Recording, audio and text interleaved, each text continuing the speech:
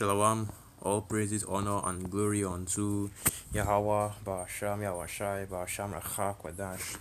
Double honors to the elders and the apostles of Great Millstone who rule well, pushing 200% truth of the gospel, waking up and sealing the elect of the nation of Israel through the spirit and power of Yahweh, Ba'asham, Yahweh.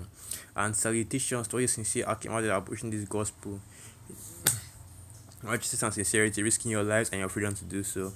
Alright, so I don't know what I'm going to title. Let's title this video, but basically, what it's going into is, you know how people usually say that they are that they believe the science, that they are men of science, science this, science that, they believe everything that science says, this and that. Well, I started meditating on that, and that seems fair enough, right? Because if you go back to the meaning of the word science, all it basically means is knowledge. Knowledge. All right, to know, scienta or scientia, in the Latin, right? Which of course I know that because there was this Catholic school. All right, now I think I've talked about this before. There is a Catholic school around my streets. Got blown up, but anyway, and the motto of the school was Amor Scienta et Veritas. In other words, love, knowledge, and truth. And that's where I learned that word science comes from the word scienta, which means to know. Which, of course, if you understand that, then you understand that these people that call themselves scientists or call themselves talking about how they believe in science and all that don't actually believe in science, because all that word science means is knowledge, to know. And the book that has the most knowledge, in other words, conversely, the book that has the most science in it is, of course, the scriptures, right? Because when you read the scriptures, you see how the true origins, right? Not this fake origin that Isa has created, which is based off of conjecture, right? And let me get that definition of that word conjecture. Because I just I want, I guess that was just me just wanting to use a big word, but let me get that word conjecture. And it reads, a statement or an idea which is unproven but is thought to be true, a guess. The Big Bang Theory is a guess. All right, the world being a billion years old or trillions of years old or whatever amount of age that Esau has ascribed to it is a guess. Evolution is a guess. All these things are theories. They haven't been proven in any way, shape, or fashion. In fact, quite the opposite. All right, they've even been proven to be inaccurate. All right. If I want to really go in deep into it, of course I'm going to keep it spiritual. I'm not, let me not to go too kind of into it, but let me just say this, all right? That the chances of evolution actually happening in the way or capacity in which Esau says it does is over 1 in what 2 or 3 billion or trillion. I forgot the exact number. Basically, basically saying, basically what that means is that it is actually impossible for evolution to have actually occurred in any way. All right, which of which of course I'm not going to go into that route too much right now. But but basically what I'm trying to say is that these scriptures right here, this word, this book, all right, and us that are in this truth, we are the real scientists. That's basically the trend that goes on. That basically is a trend that you see happening in this thing, man. You realize that it's only those that believe in this truth that are the actual pioneers, the actual forerunners of basically everything, because that's just how powerful the word of the Most High is. It makes you a foreigner. It puts you at the front of everybody else. It puts you in front of everybody else. It puts you at the top, man. The true elite of this society are the elect, right? The true scientists in this society, the true men of science. Let me just not use that word science. Let me use the correct term. The true men of knowledge are the elect. Okay. The true men of understanding, the wisest men, everything, the top of the top, the cream of the crop, and we already know this is Jake, and the cream of the crop of Jake is the elect. So we are at the forefront, we are the foreigners. So that's why whenever you hear about, whenever you see brothers bringing out in videos that that they say things like the real Christians are Israelites, right? And the real people that the real Christians are Israelites, the real people that did this or did that, are the Israelites, because that is basically how our people are. That's basically how our people operate. We are the heads and everybody else is the tail. Even in our lower state, it still works like that. We are the pioneers, alright? We're the ones that create all the things that the things that make this world tick. Right, we're the real scientists. That's why we are going back into the black inventors, or rather so-called black inventors. Jake inventors. You see that our people created majority of the things that are being used in this society up till now, because we are those people, right? That's why the scripture says that what that the portion of Jacob is not like the rest of these people out here, because he is the former of all things. So we are the formers of all things. We are the pioneers of all of this, man, of the whole earth. That's why, when Esau came to Babylon, he found what? He found Jake there, alright? Nowhere you go on the earth, Jake has already been there, done that. But anyway, this is the book of Isaiah 34, verse 16, and it reads, "Seek ye out of the book of Yahweh and read. None of these shall fail, none shall want her mate. For my mouth it hath commanded, and his spirit it hath gathered them." Alright, that basically tell you straight up that no other book, right? No other book is greater than the scriptures, because we talk about how it goes into prophecy, it goes into history, but it's also a book of science, a book of knowledge. And if you want to talk about science in terms of physics, chemistry, biology, and all that, what makes you think that the scriptures don't have that? What makes you think that the scripture doesn't have anything going? Doesn't go into that as some in some way, shape, or form. Because you have people out there that tell you that the Bible doesn't have any science in it. Well, what gave you that idea? You can bring out a lot of that. You can bring out a lot of different sciences from the scriptures. All right, they're not really going to go into them right now. But if I usually say that. But if I was mentioning a few, this there's agriculture in the scriptures. There's war strategies in the scriptures.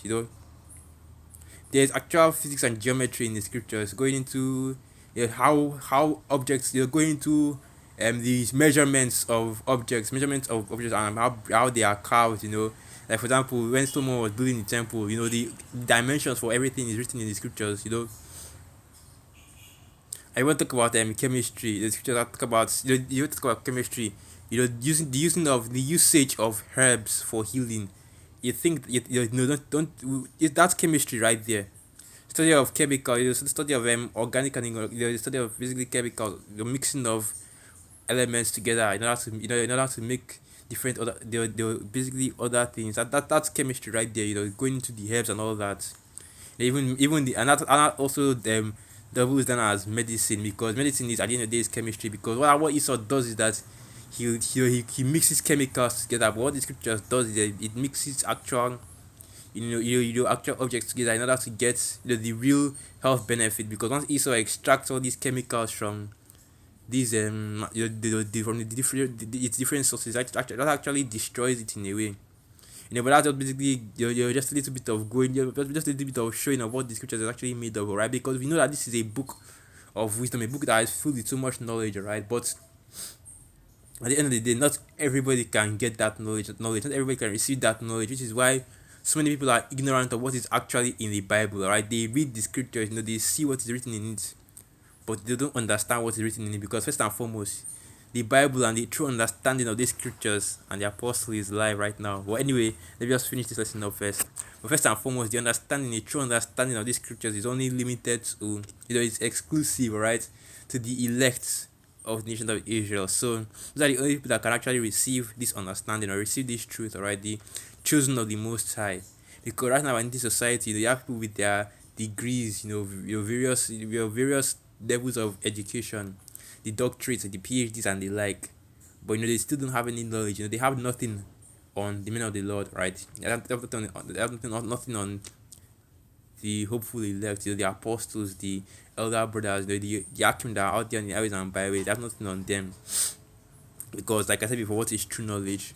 True knowledge is these scriptures right here. Even one of the presidents in Babylon actually said that an understanding of the scriptures is that is the true that is the most valuable bit of knowledge, right? And this having understanding that this Bible, right, this scriptures is the most valuable bit of knowledge. And what I want to get right now is an article, right, I was looking for, because I used to think because I was actually meditating on this, and this is the spirit right here, because I thought that Babylon's education, and we already know how piss poor, right, the education system in Babylon is. Even here in Nigeria, people bitch and moan a lot here about how bad things are in Nigeria. But even here, and the majority of the countries that are all over the earth, the education is still better than in Babylon.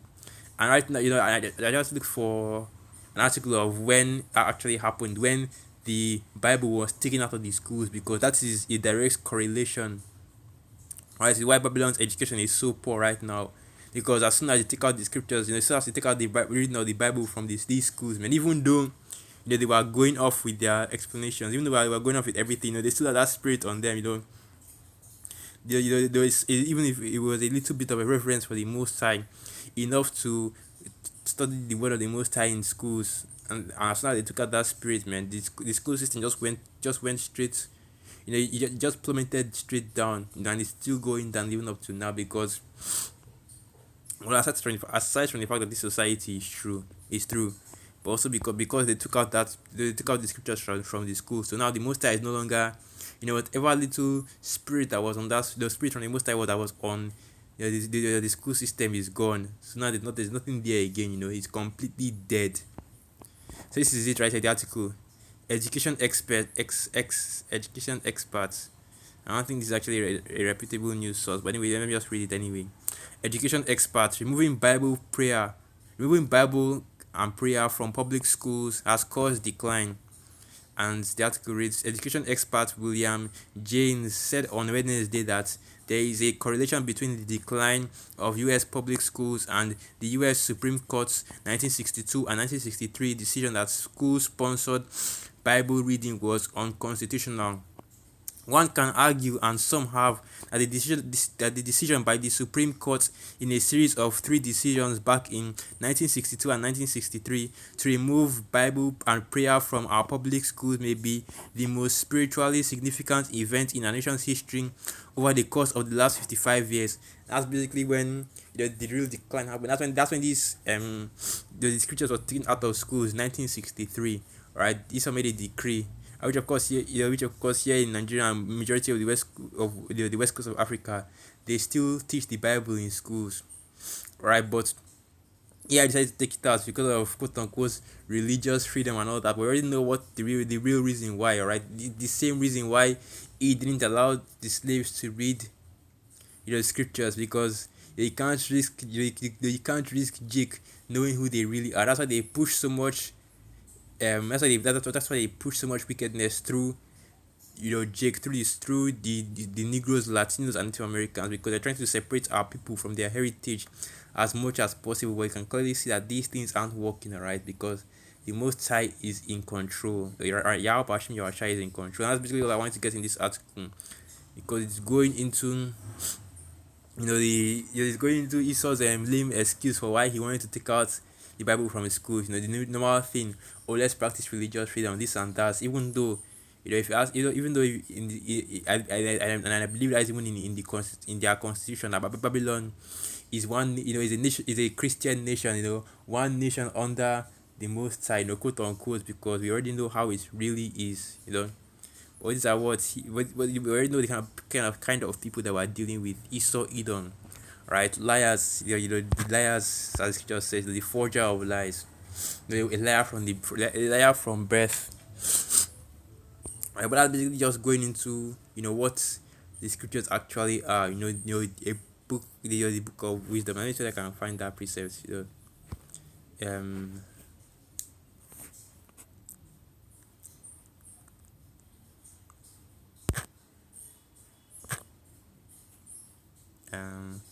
So I can try to remember the pieces I want to bring out.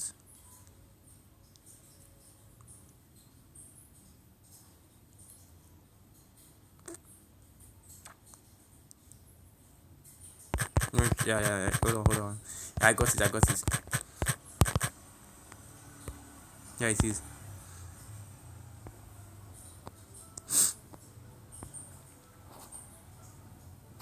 Alright, Psalms 119, verse 102. I have not departed from thy judgments, for thou hast taught me. How sweet are thy words unto my taste, yea, sweeter than honey to my mouth. Through thy precepts I get understanding, therefore I hate every false way. Thy word is a lamp unto my feet and a light unto my path. I have sworn and I will perform it, that I will keep thy righteous judgments. Alright, and that's plain, because what the Most High, the word of the Most High, that is the truth. Right, the words of the Most High, that is knowledge. Right, the words of this book. That's where true knowledge comes from. That's where true understanding comes from. That's why King David said that through thy precepts I gain understanding. All right, so because you know that a proper understanding of the scriptures is greater than any other education that is on this earth, man. Because now you have an understanding of history, of arts, okay, real arts, okay. You have an understanding of history, arts, science, all right, geography. Yeah, geography. Basically any topic that you can think of. Because at the end of the day, the scriptures goes into everything. Okay, every single topic that you can think of, the scriptures goes into it. The scriptures, you can use it. You can go into it and in detail, in even, some more than others, of course. And let me also get this precepts, because now what is being taught in these schools as knowledge, that's basically what? False science. Let me get that. So this book of First Timothy 6, verse 20, and it reads, O Timothy, keep that which is committed to thy trust. Avoid profane and vain babblings and oppositions of science falsely so called. Right, that's basically what is being taught right now in this modern school system. False science, they teach you, like I said before, going back to the creation myth that Esau has, the Esau's creation myth.